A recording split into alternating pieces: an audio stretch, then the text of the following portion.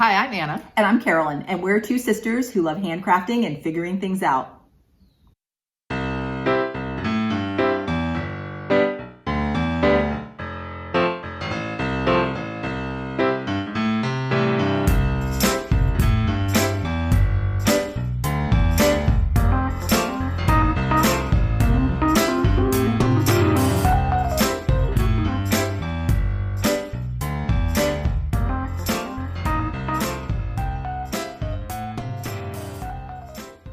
Bonus episode. We filmed, I don't know, about 20 minutes of video about a big field trip we took in early or mid-June.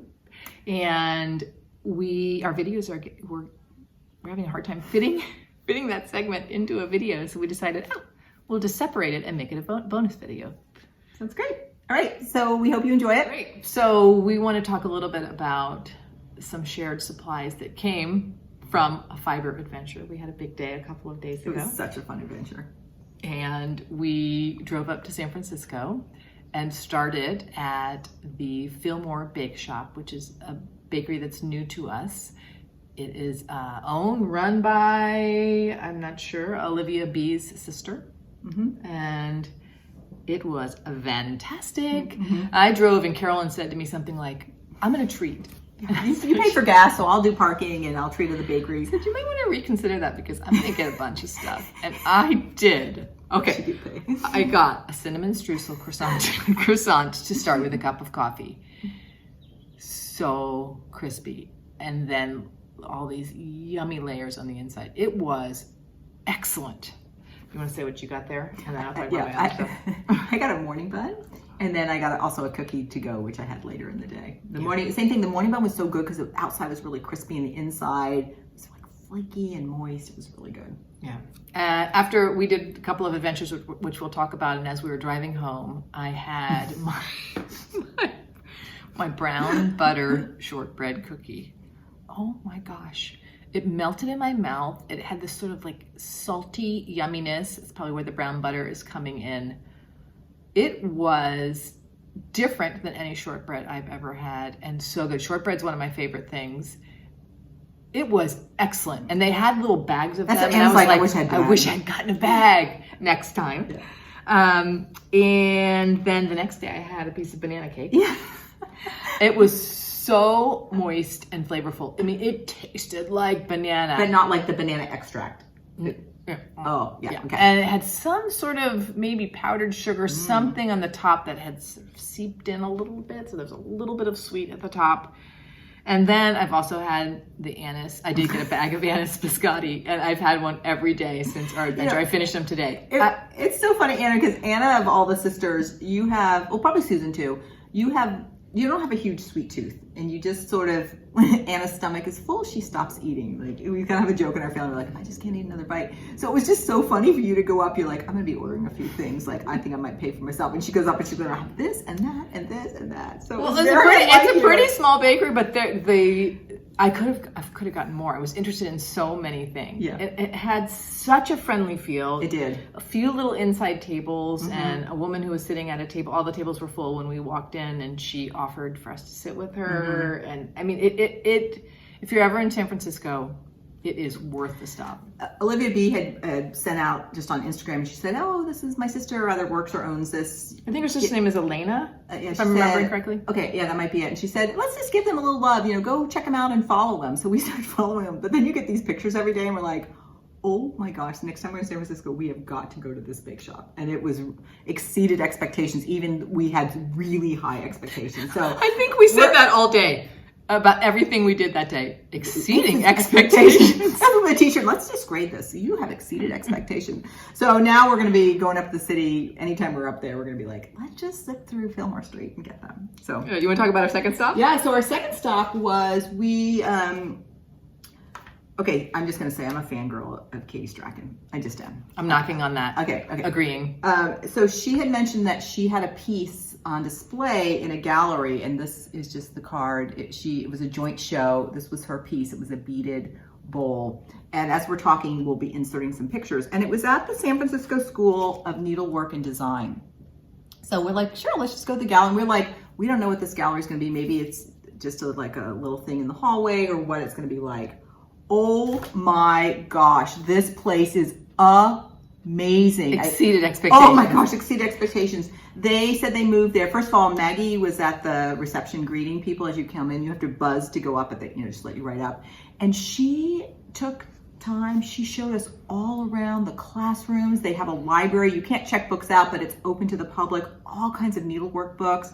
They had the gallery space where we saw really fabulous show. They had a few like curated things for sale, classes. And I just wanted to read, I felt like their mission, they say, to preserve and advance the art of hand embroidery, a globally practiced craft. And part of their values, they say, we honor imagination, creativity, and the making of handmade objects. We provide excellence in craft education from beginner through professional levels. And that was really apparent. I was just about to say, because on the wall, they also do challenges twice a year.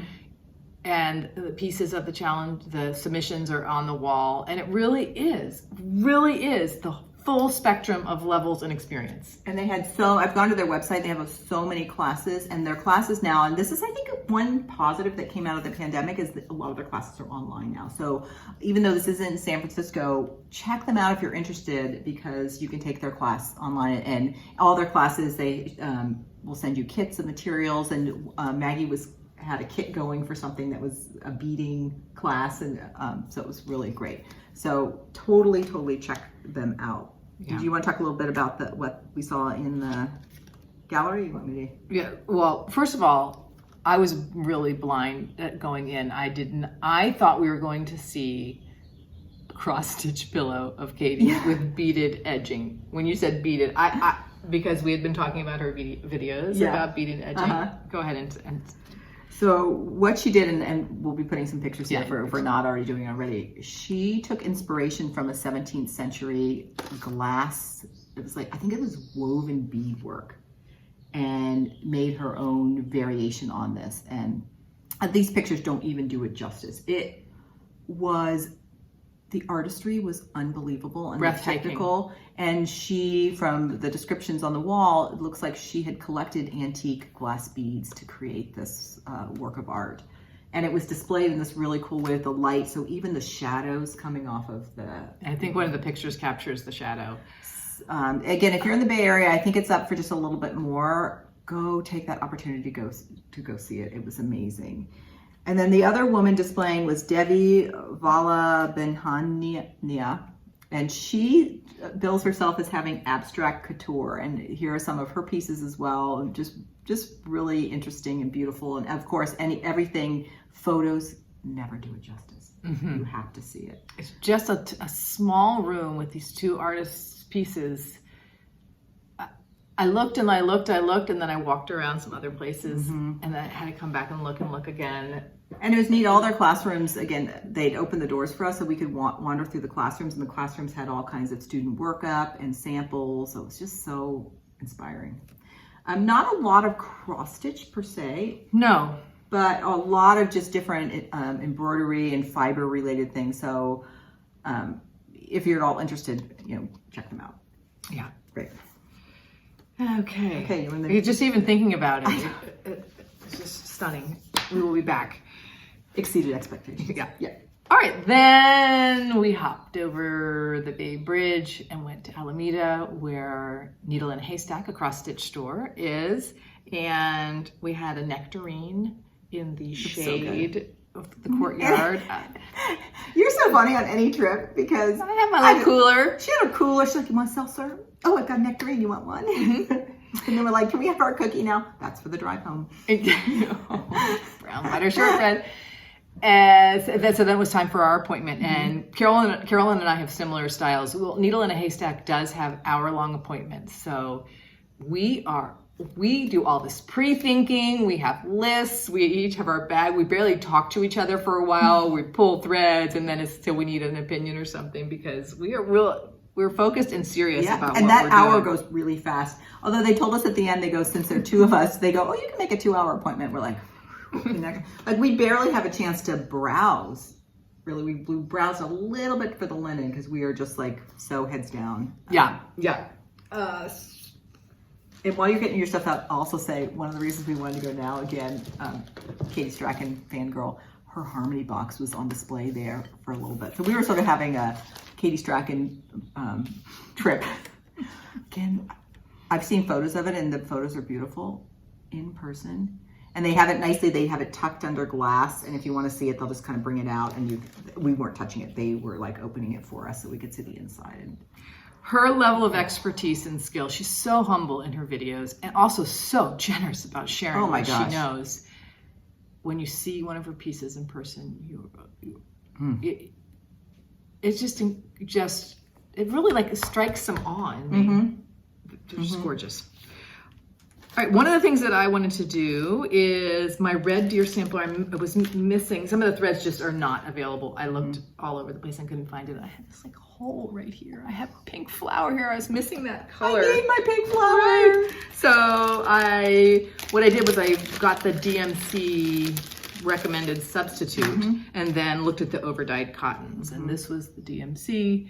And this is the overdyed cotton I picked. There was really no match. It's funny, there was an anchor substitute too, which was much more purple, but I went with the pinker. And then I also could not find one of the browns, and this was the DMC substitute, and I'm gonna use one of these threads. So I needed a slightly lighter brown than, there's quite a few browns. They're really close in color to each other.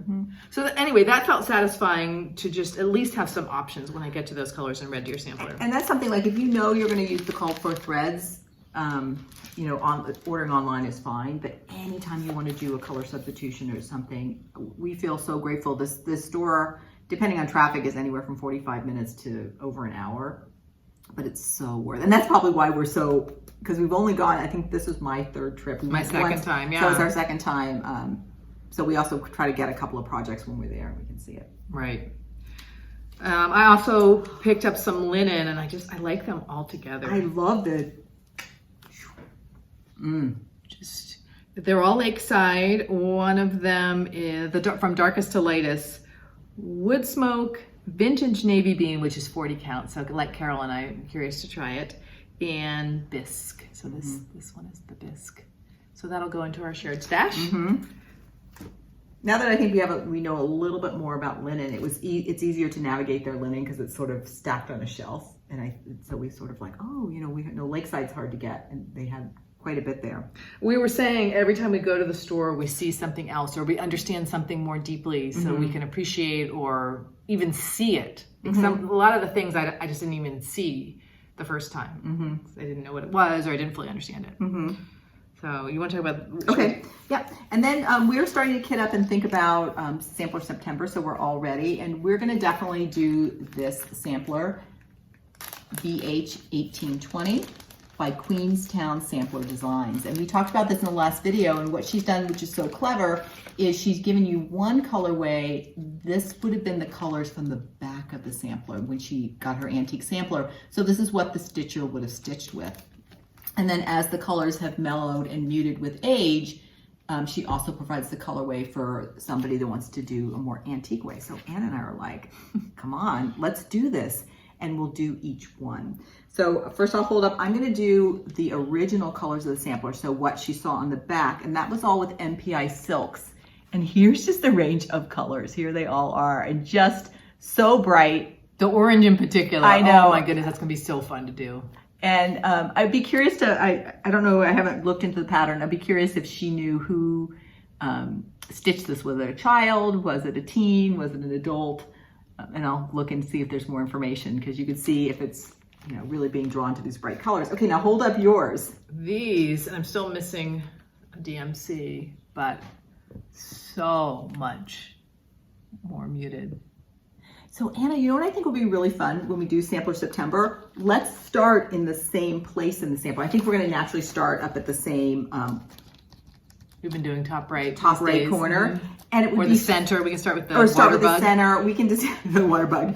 We can decide because then it's going to be really fun because we'll be able to say, oh, this color faded into this other color. That's right. That'll help us match because it's not. I thought it would be easy to see. Oh, this color is this. Yeah, color. We put our threads up together to see if we could just see right away what would have muted, faded into the other one, and it wasn't necessarily obvious. So that, I think that could be a lot of fun. So Anna's going to order her, because we're going to be stitching at the same time. We'll each have our own copy of this, so you got to get yours ordered. Yeah. And then we'll have to decide if we want to use the same colored linen or different linen. Let's see if it calls. Yes, I've been really attracted to neutral threads recently, and I want to try this wood smoke with one of the neutral. Ooh. It says the model was worked on Legacy Linen's Russian tea cake. So we can decide once we get back. We can decide how we're going to do it. So as soon as Carolyn mentioned Sampler September, I'm like, I'm all in. It's also my birth month. I'm like, okay, I'm going to start a sampler on my birthday. So I still need to buy the chart, but I'm very interested in a little tiny sampler by Kathy Barrick, Marianne March. Yeah, Marianne March. I think it came out in 2020, and these are the colors. So really, it's like again the muted palette. Muted, and then when I was visiting Joan last time, she has a cross stitch store in Bristol, Pennsylvania, which we talked about, and this strawberry sampler, which the copyright is, it's a hand-drawn chart. 2005. I think it's so sweet, and mostly MPIs. Yeah, it's the threads. Those are the threads for that. So those three samplers, I'm interested for Sampler September. Good.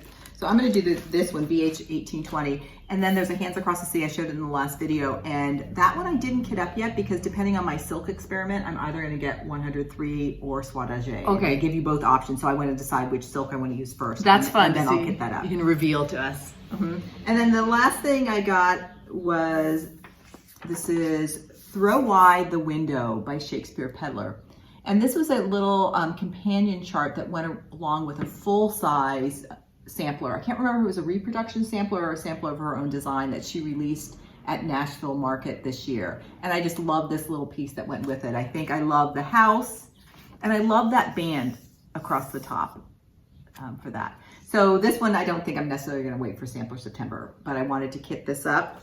And here are the flosses for that.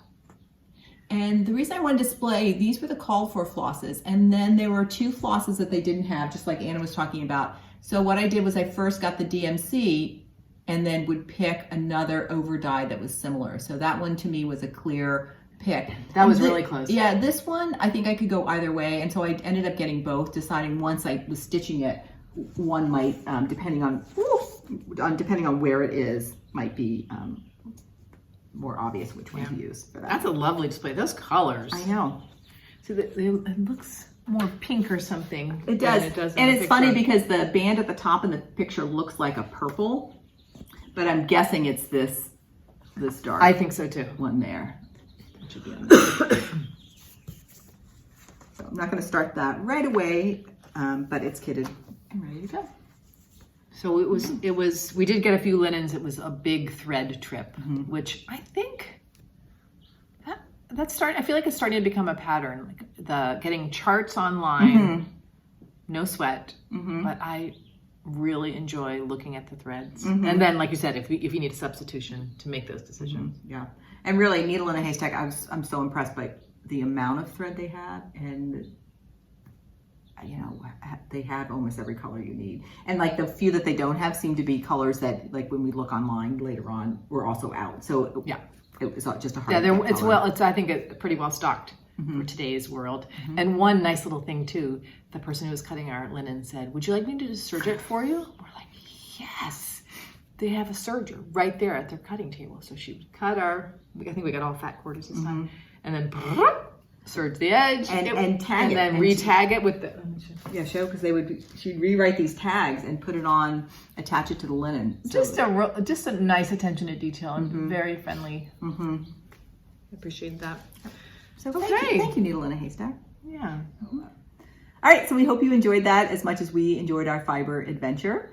Until next time, I hope you enjoyed this bonus episode. So then here's to brown butter shortbread. Happy crafting and stay curious. Bye. Bye.